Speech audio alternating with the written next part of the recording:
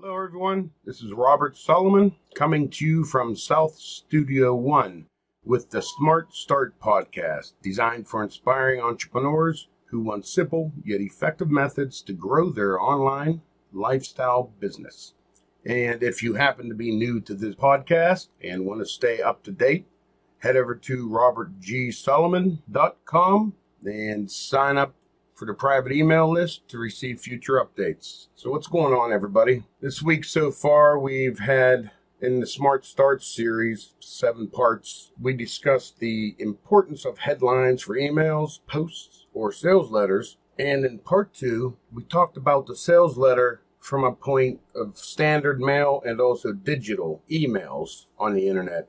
Also, don't forget our summer mentorship program, Create Your Own Laptop Economy, which is taught by a 22-year expert on internet marketing, is open for registration, and this course is jam-packed and it's free. So check the link below or sign up at Robert G. Solomon while there's still room. And on a side note, getting into the subject here, there's many different types of emails designed for all types of different situations. So keep that in mind while discussing this today. But always, you want to have the process with the goal in mind. What are you looking to do with your email and the end result? But everyone knows before you can start sending emails, you need to create your email list, your email base. So what would a process like that look like? When a new client runs across, let's say, a sign-up form on Facebook or your web page mentions sign up for my newsletter, or if you have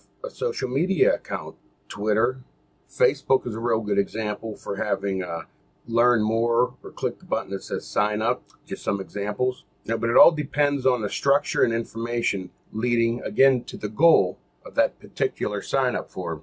Now, an example here, like I mentioned a couple seconds ago, you provide your name and email for somebody's newsletter. You can provide your name and email if you want information pertaining to maybe an article they wrote.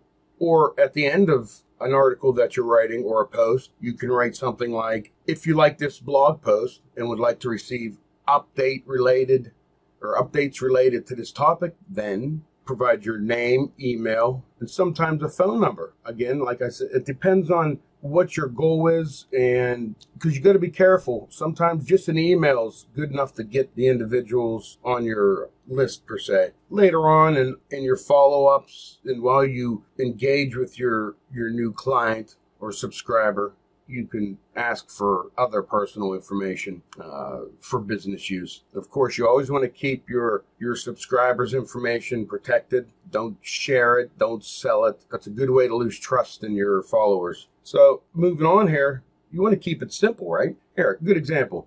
If you have a free report, an ebook, or a PDF, maybe of your top 10 tools that you use for your business. Well, the first thing you want to do, clearly you don't just want to give it away without getting an email. So you would create an opt-in box or a sign-up form on your website or social media site. So the readers via email can opt in, and afterwards, they click or tap if they're on their smartphone and submit that information. And usually you get a thank you page if you set it up right on their screen. It'll have simple instructions such as check your inbox for a confirmation email and access your free report. Now keep that in mind what I said with that confirmation email, because I want to try to draw the picture of the process that your subscribers follow while moving through from the post to wanting more information, to the sign-up form, to the confirmation email, then finally to their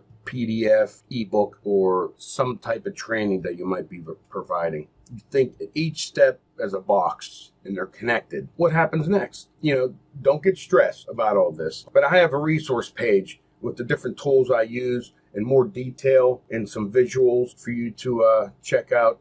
Check the link below. Get on my private email list at robertgsolomon.com. We'll get you taken care of. Now, like I said, once your new subscriber clicks the confirm email message and downloads their free report, PDF, or etc., if you set it up correctly in your email program, you capture the email, and at the same time, when it's received in your email program, you send out your new subscriber a welcome message. Now, what I like to do here which the welcome message, you build your relationship with your new subscriber, your new follower. You talk a little about who you are and what you're going to do as in value, or what are you going to provide them in the future emails. You want to let your followers or readers, subscribers, you want to let them know what you're going to do for them. And it makes it, I guess, a more comfortable situation for them. They don't have to worry. Or depending on how you set things up, that welcome email I just talked about, I like to do is I include a download link to that free report as well. Or PDF or ebook or whatever you're offering as a real nice tangible piece of value for your new follower. This way you can make sure that you're delivering on your promise to provide them with something you talked to them about, or they gave you their email and trade for the item. Getting back to having two places to download their free information. One in the thank you email, or not email, the thank you page once they give you their email and name.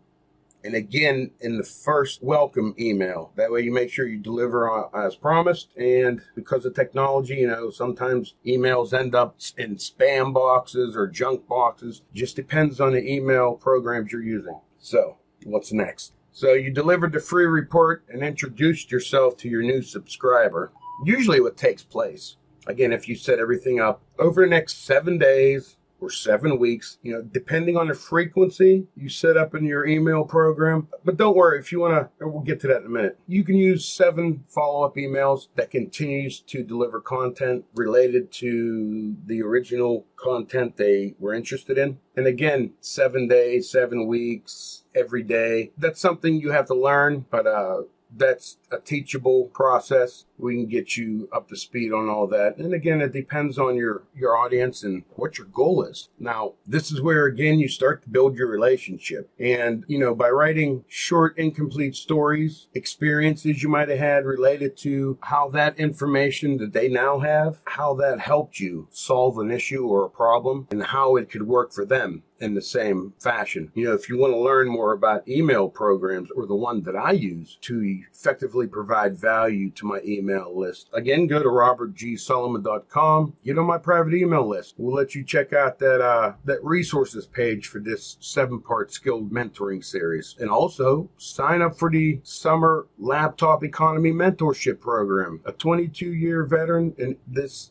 internet industry, it's free. I wouldn't pass that up for anything. I went through it and I've learned so much. It was pretty awesome. So remember, check out the next episode in the skilled mentoring series. That would be episode 4, where we'll cover some cool formats to keep your subscribers coming back for more. If you have any questions, please leave a comment. Share this with somebody who could benefit from this podcast and or the resources that we'll have. And always, thank you for listening. This is Robert G. Sullivan.